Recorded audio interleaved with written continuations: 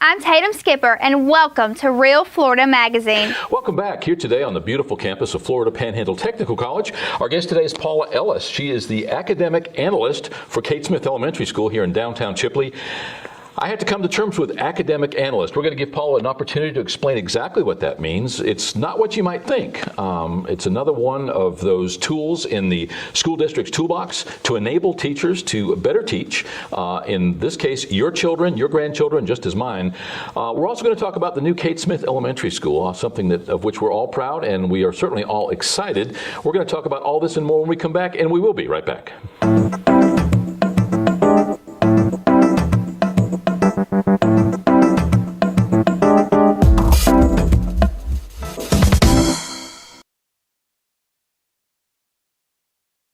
Welcome back. As mentioned, our guest today is Paula Ellis. Thanks for taking the time. You came over with Lisa Burdishaw, principal of Kate Smith.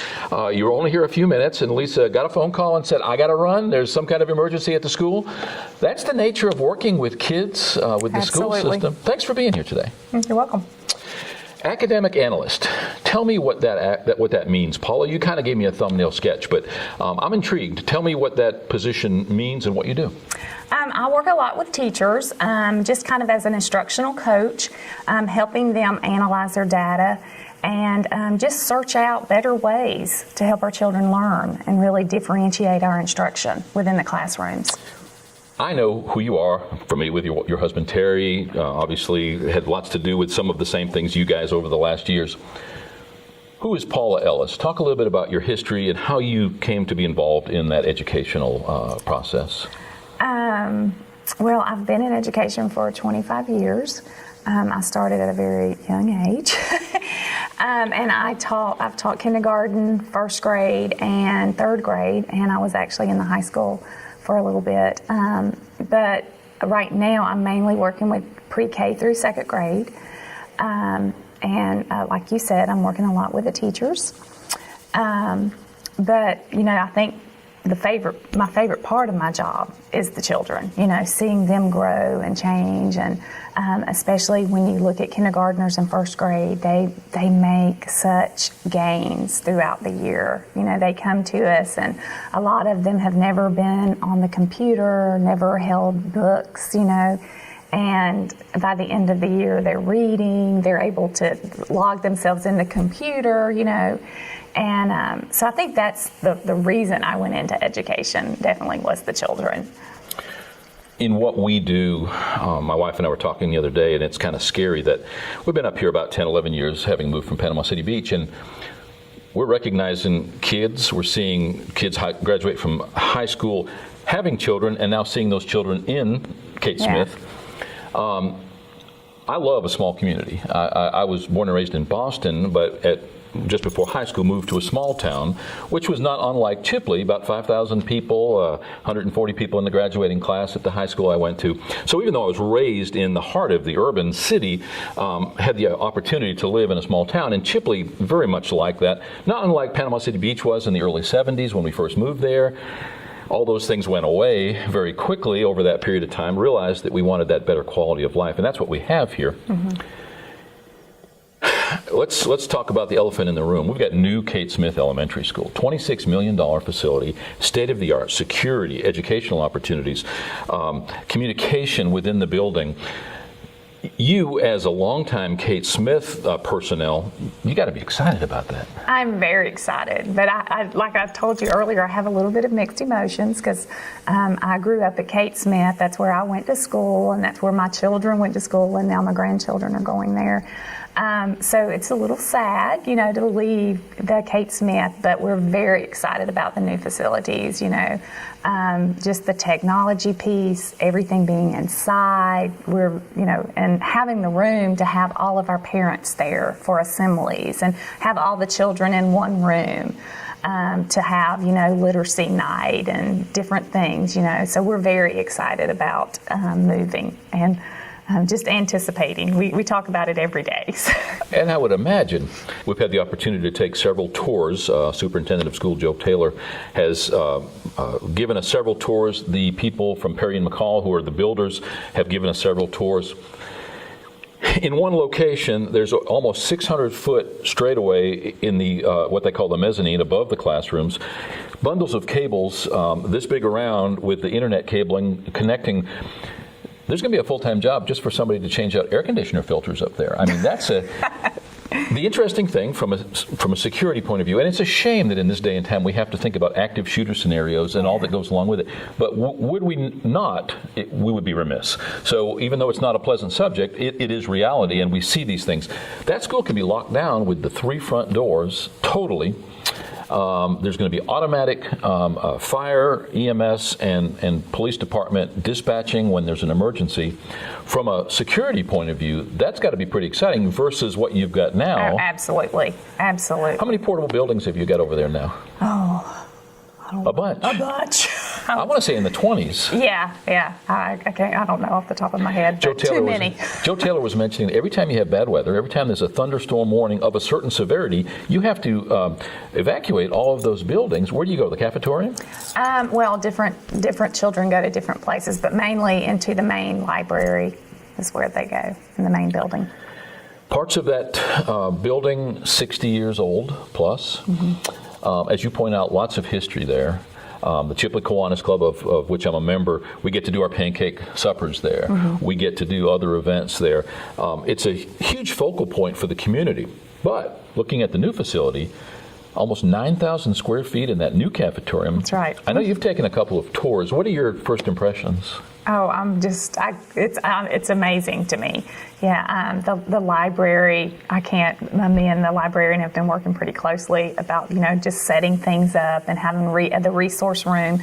Right now, our resource room for teachers, where they actually check out books to do small reading groups, is in one of those portables. And it's just really hard to keep everything organized. Yeah. And then when it's raining, the teachers have to run through the rain to get their books. And so we're very excited about having everything in that central location, because the library is up front. It's on the left side of the office, where the cafeteria is on the right. And then again, having the cafeteria to have big assemblies in. We were wanting to have some authors this year, and it's always a problem because the author, can only give us so much time, and we can't get all of our children in the cafeteria at the old Kate Smith. So we're excited about being able to do some assemblies, and just having family nights at the new school will be something that'll be very positive for our school. In November of last year, you did a Veterans Day salute there on the campus mm-hmm. of the existing Kate Smith School. And it was great, but you were in a less than optimum situation. There were many levels. There was concrete here, asphalt there, grass there, dirt there, and you made the best of it. And let me back up a second. Hats off to the entire staff of the current Kate Smith Elementary School, because you guys, in spite of the challenging circumstances and environment, are turning out some great kids. And Absolutely. I think that ties back. We had Blake Wilson just recently named the new athletic director and head football coach of Chipley High School. My question was, why does Chipley, small Chipley, rural Chipley, turn out so many champion baseball, basketball, football teams, players? And he pointed out it's the people. It's Absolutely. The environment. Yeah. You've got to enjoy a great relationship with the parents. At that age, these parents are entrusting you as a staff at KMS. Talk about that relationship and how you interact with those parents, and what kind of situation. I'm really lucky because I taught a lot of those parents, so that helps. But it is, a sense of community, and a lot of the people, and I think that helps. Just having that contact and having that trust with those parents. The parents came through, and it's usually a very positive atmosphere. With the parents. Things that we need at the school, the only thing we have to do is just call the local community, the Kiwanis, the local churches, the Women's Club. They're always willing to give anything that we need. We do, each year we do several fundraisers where we actually try to support kids, where we go on field trips if we need extra money for those children to go if they can't afford to, or if we need extra books or extra materials, book bags. The community is more than willing to give whatever we need. 2005, roughly, we had what we called the bubble burst, and there was a lot of heartburn. A lot of people lost their 401ks. A lot of financial institutions suffered losses. In spite of all that, since then, more need than ever, but in spite of all that, this community, and I keep saying that this is a giving community, but it still amazes me when somebody is in need, just when you think everybody was about giving out, that they embrace that cause. You mentioned Chipley Kiwanis. I'm a member, so I appreciate you mentioning them, and they're about the only one I can speak to directly. But young man worked in the kitchen there in the culinary program who serves our lunches on Tuesday, and he mentioned in passing that his house had burned down that weekend. Well, we passed the hat. It wasn't something that was a line item or a budgeted item, but we passed the hat and came up with a lot of money for that young man. It didn't necessarily build his house back, but it definitely was an outpouring of support and love. And we see that time and again in this community. Yes. Just recently, you guys did a fundraiser within the school for Orphans' Heart, part of a literacy outreach program. Talk about that. The state does a literacy week every year in January, and so this year it was literacy across the world. It was kind of our theme, and we are real familiar with Orphans' Heart because we have several people in the Chipley area that's gone with Orphans' Heart. They're in 12 different countries, and so we are real familiar with that organization. Actually, we have about 4 people going from Chipley this year to Uganda. So we just decided as a team that we wanted to just focus on one country and be able to send something, and we wanted the children to get involved. And so we were able to get some pictures from Orphans' Heart and show them the school that's in Uganda. And they just collected change, and we were able to raise over $400 that will go just to that school in Uganda to raise or to give them money for books and school supplies. And the effort in itself is commendable, and it does good. But I think all that goes back to when we talk about why does this community give so much. At a very young age, you're showing these kids and giving them the opportunity to have buy-in and to be a part of that fundraising, that giving back to the community. So as they grow up, they're already completely immersed in that lifestyle, in that philosophy. How did this pertain to the literacy effort, that fundraiser? Well, we actually started off, and we have some books that we're not using anymore. And so that was our first plan. And when I started checking into it, it just wasn't feasible for us to send books over. And also there was some stipulations on the books because of the translation. And so when I talked to Orphans' Heart, they suggested change, that children, that was something that some other schools had done, just collecting change, and that was something that the children could do.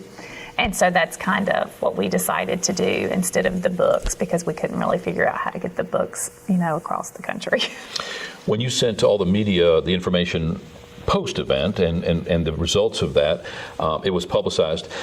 Next time, consider, if it'll do you any good, to let us know prior to or when you're in the middle of it, and so maybe we can help you pump it up a little bit, okay. Maybe engage the community a little bit. And I realize this was a school project, but at the same time, again, it's a giving community, and you never know, somebody, parent or grandparent of one of those kids might get more engaged. So for what it's worth, let us know of any of that stuff, and we'll help any way that we can.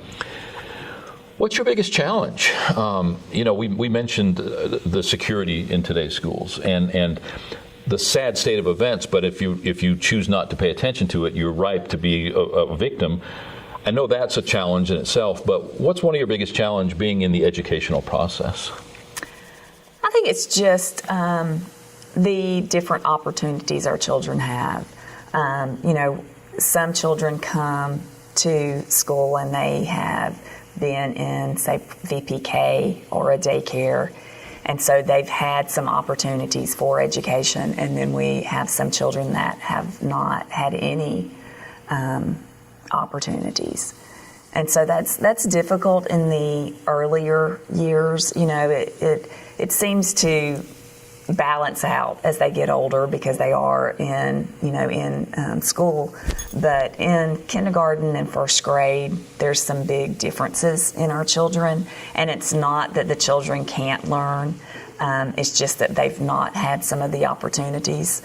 Our biggest hope is that that parents will get their children in some VPK programs or some preschool.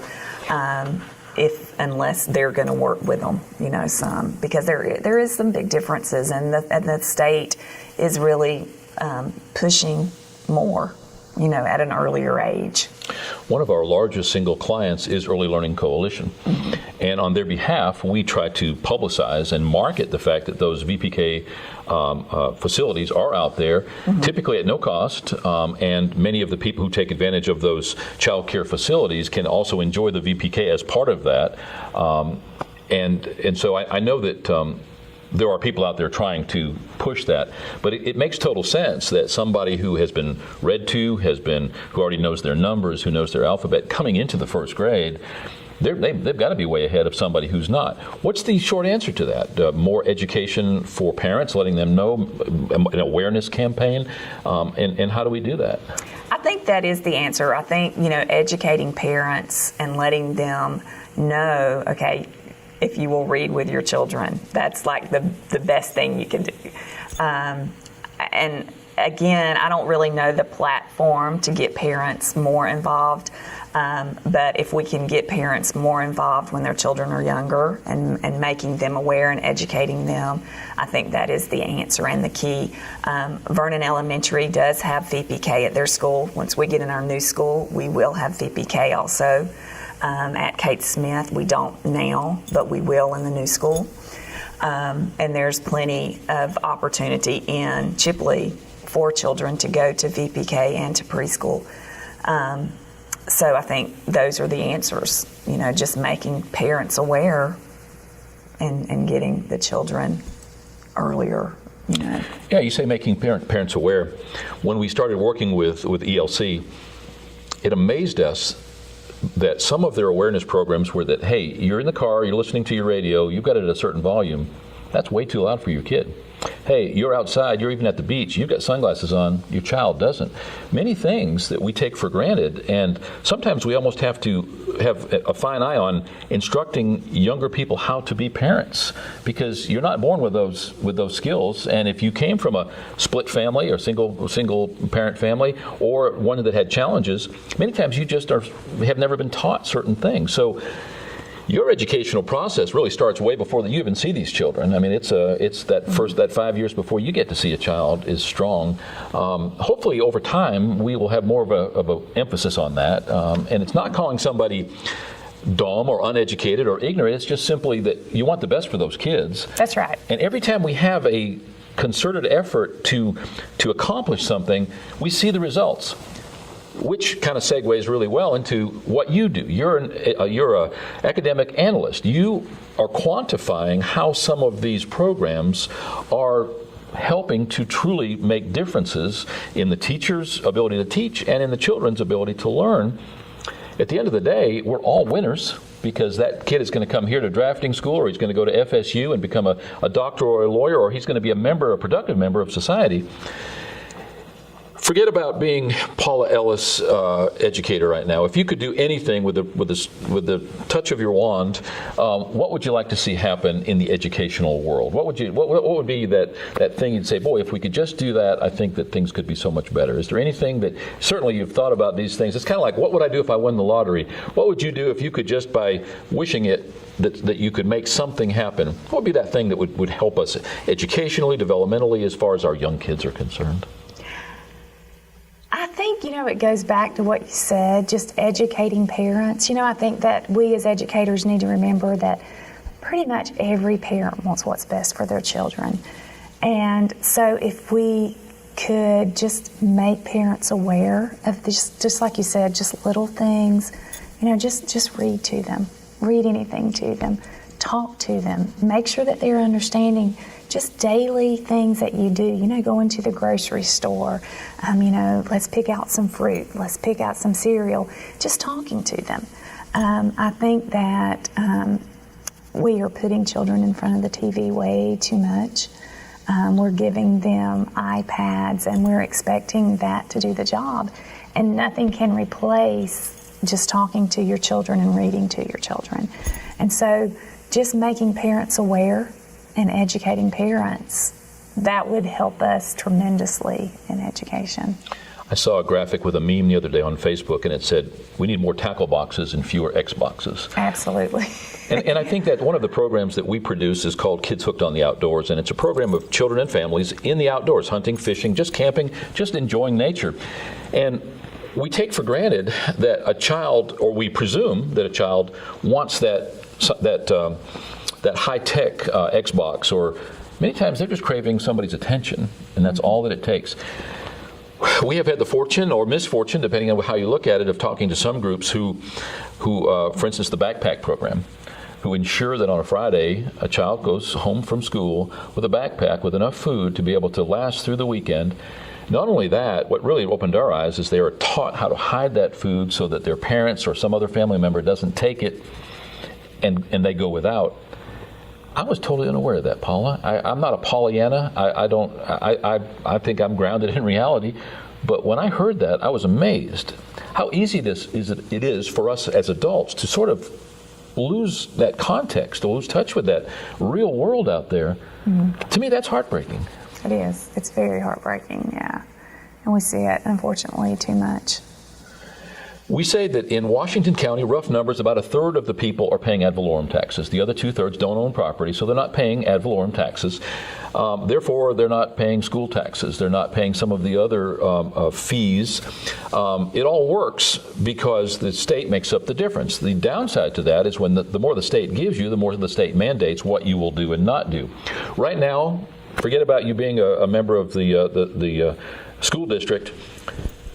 Is Washington County fairly successful at educating our students today based on what we're doing? I think so. Yeah. I mean, of course, we could do better. I mean, don't get me wrong, we could definitely do better, but I feel like that our children are coming out with a strong sense of, or a strong, background. Our elementary schools are A and B and C schools. I mean, we've been, I think, running, and we've kind of gone back and forth with A and B and C's throughout the community. I mean, we're a C district, I think, this year. But as a whole, I feel like we're doing pretty good. We're doing our very best to keep up with everything that we need to. And that's my considered opinion as well. Again, we've only been here 10 or 12 years, but we're seeing some of those results. The young kid playing JV football, and the next thing you know, he's graduating from FSU, and he's starting a career. We're right here on the Florida Panhandle Technical College campus, offering what we call a career in a year. The opportunity as an alternative to a four-year college. I think you'll agree that not everybody is suited for a four-year college, and that we're putting a lot of people under a lot of pressure to go to a four-year college. They're coming out with a lot of school debt and still no qualifications to really get a job.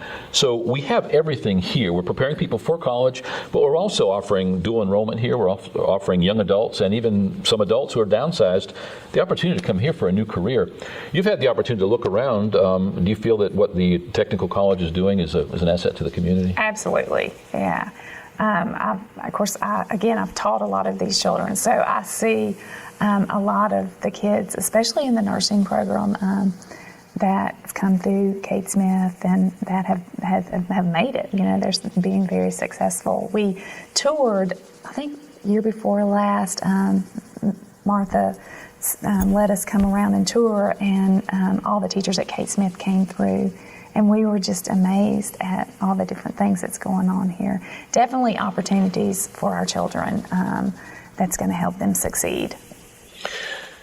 Kate Smith, the new school, will be open this coming school year, 2016 fall. Mm-hmm. I understand that around in June or so, you guys are going to have access to it.